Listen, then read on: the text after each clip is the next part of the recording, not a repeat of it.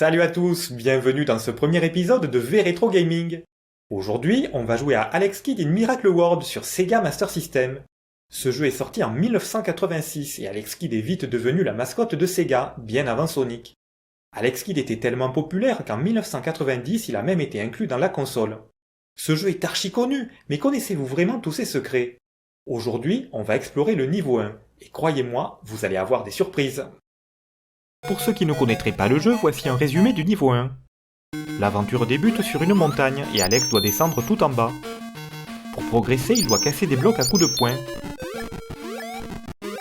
Il doit aussi ramasser des sacs de pièces d'or qui lui permettront plus tard d'acheter des objets à la boutique.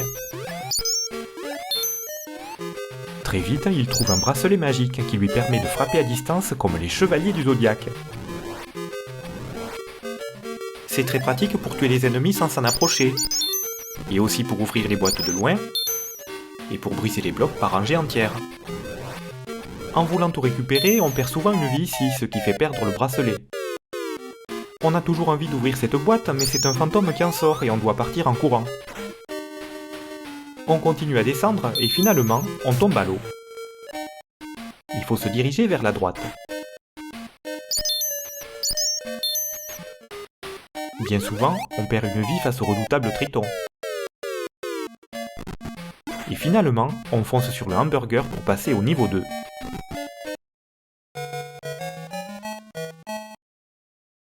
C'est bon, ça vous revient? Alors on va examiner tout ça en détail. C'est parti! Il y a 3 boîtes avec un point d'interrogation dans le niveau 1. Mais que contiennent-elles? La première contient le bracelet. La deuxième contient un fantôme. Et la troisième contient une vie. Donc si on est malin, on ouvre la première boîte pour prendre le bracelet. On laisse la deuxième. Et on ouvre la troisième pour récupérer la vie. Eh, j'avais dit la vie! Oh!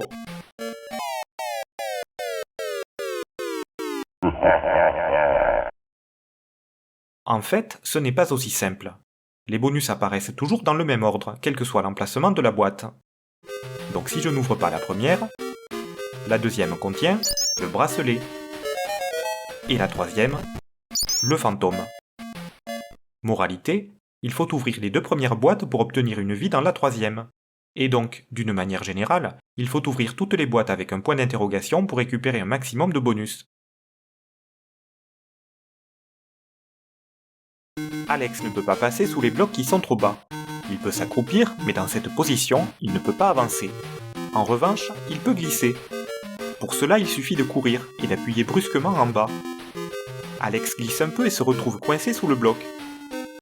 Dans cette position, en appuyant sur les côtés, on peut continuer à avancer tout doucement. Ce mouvement est un peu difficile à exécuter, mais ça vaut la peine de s'entraîner car il se révélera très utile dans les niveaux suivants.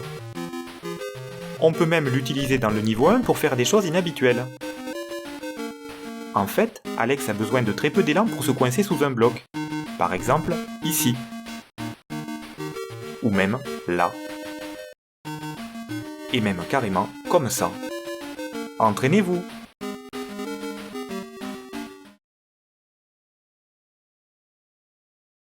Le fantôme est un ennemi très pénible car il est invincible et fonce tout droit sur Alex en traversant les murs. Pour l'éviter, il faut prendre la fuite.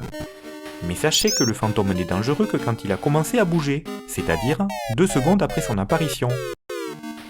Donc pour éviter un fantôme qui vient juste d'apparaître, n'hésitez pas, passez au travers.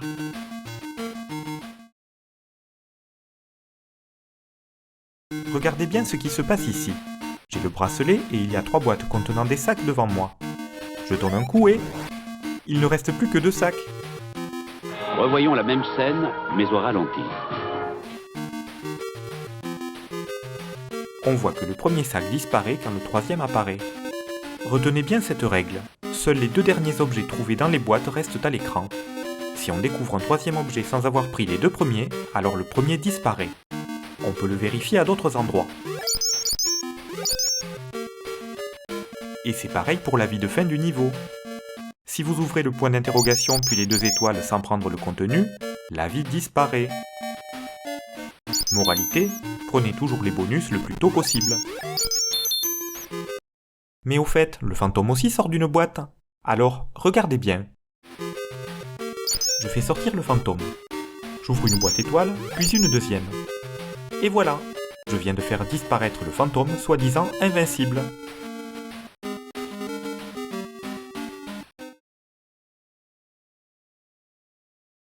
Allez, on va un peu dans l'eau. Aviez-vous remarqué qu'Alex nage plus vite quand on laisse le bouton 2 appuyé? La différence n'est pas énorme, mais ça peut aider à se sortir de situations difficiles.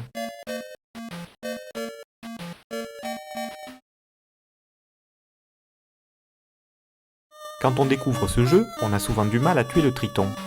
Quand il touche le sol, il envoie des bulles qui sont difficiles à éviter. Mais il y a une autre raison. Il faut le frapper 3 fois. Et comme Alex flotte, c'est un peu difficile. Mais il y a une technique qui permet de le tuer facilement. Cassez la pierre du bas et mettez-vous à la place. Alex est bien calé et ne bouge plus. Il est à l'abri des bulles. Quand le triton remonte, approchez-vous de lui. Et dès qu'il descend, donnez des coups de poing. Au bout de 3 coups, le triton est vaincu. Vous pouvez utiliser la même technique pour le poisson tueur.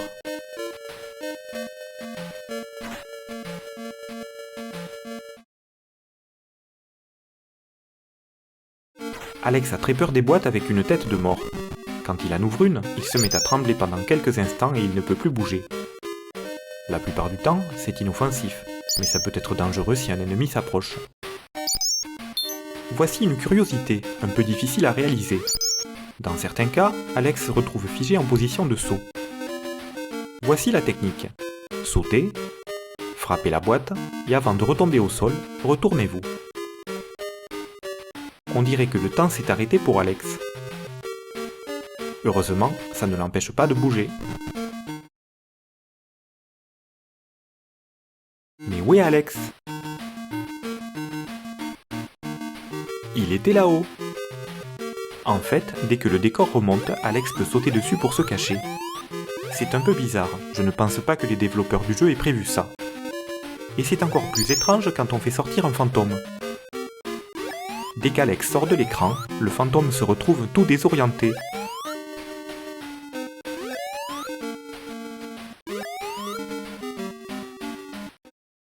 Voilà, maintenant vous savez tout sur le premier niveau d'Alex Kidd in Miracle World. Si ça vous a plu, n'hésitez pas à laisser un commentaire. Et peut-être qu'il y aura d'autres vidéos sur V-Retro Gaming. À bientôt!